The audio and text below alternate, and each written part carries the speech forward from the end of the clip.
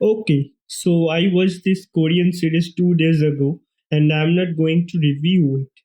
That's not what this is about, but I need to talk about it because I cried like I actually cried, and I don't do that easily. The show is called Scarecrow.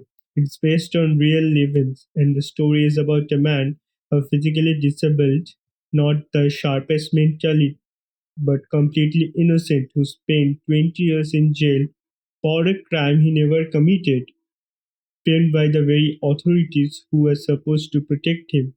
His family abandoned him. Nobody helped him. He just disappeared into the system. And the people who did it to him, nothing, not one consequence. They lived their lives, probably slept fine. When the show ended and I found out that this has actually happened to a real person, I felt something I really didn't have words for that immediately. And then slowly I did gathered some ideas like life is genuinely and deeply unfair to good people, and we don't talk about that honestly enough. So here is the thing: every culture, doesn't matter which religion, which belief system, which part of the world, has some version of the same answer for this. Do good and good will come back to you. Karma, God is testing you. You will be rewarded in the next life. You will be born as a better person next time around, or you will go to heaven. And I understand why these ideas exist. People need something to hold on to when life is brutal. These ideas give meaning to suffering. I get it, but I'm sorry. I think some of these justifications are actually horrible. Think about when you are actually saying it to someone. You lived a life full of pain and suffering and loss and unfairness. And the answer is don't worry, you will be born better the next time. The person lived this life, this one, the only one they actually know about for certain, and you are telling them that their reward is somewhere else, in some other existence, that they have no memory or will have no guarantee of. That's not comfort, that's asking someone to accept their suffering on credit.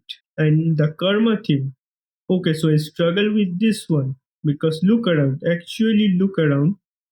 The most helpful person you know, the ones who shows up for everyone, who is always there, who never says no. When the last time someone showed up for them? When was the last time someone said yes when they needed something? I know someone like this. I'm not going to say who, but this person has given more to the people that I've ever seen. And when things went bad for them, nobody came, not one person. Where was the karma there? Which cosmic accounting system was balancing that equation?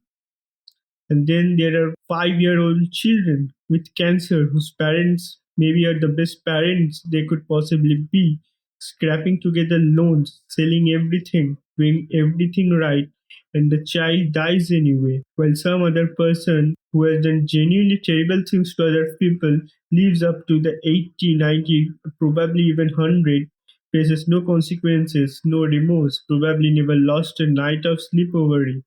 I'm not being dramatic. You know this is true. So what do I actually think this is going on? Honestly, I think life is chaos. I think the universe doesn't have a ledger.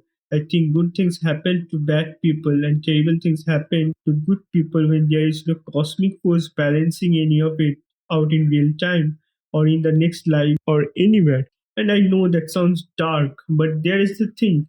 I think pretending otherwise is actually more cruel because it takes good people to accept that the suffering is a part of plan, to be grateful of their plan because it means something bigger is coming. And if nothing bigger is coming, what if this is just what happened to them? And it was unfair and it shouldn't have been this way. And the people who caused it should have faced consequences but didn't. Isn't that more honest? Isn't that at least we owe people who suffered to just say clearly you didn't deserve this? No plan, no test, no next life reward. You just didn't deserve this. I think about that man from the show a lot. 20 years for nothing and nobody paid for it. And I think the most honest. thing anyone can say about that isn't that God was testing him or karma will balance it eventually. It's just that that was wrong, completely, irreversibly, horribly wrong. And it happened, and we should be angry about that. Not at God or universe or karma, just angry because it was wrong. And anger at genuine injustice is one of the most human things there is. Maybe the most human thing.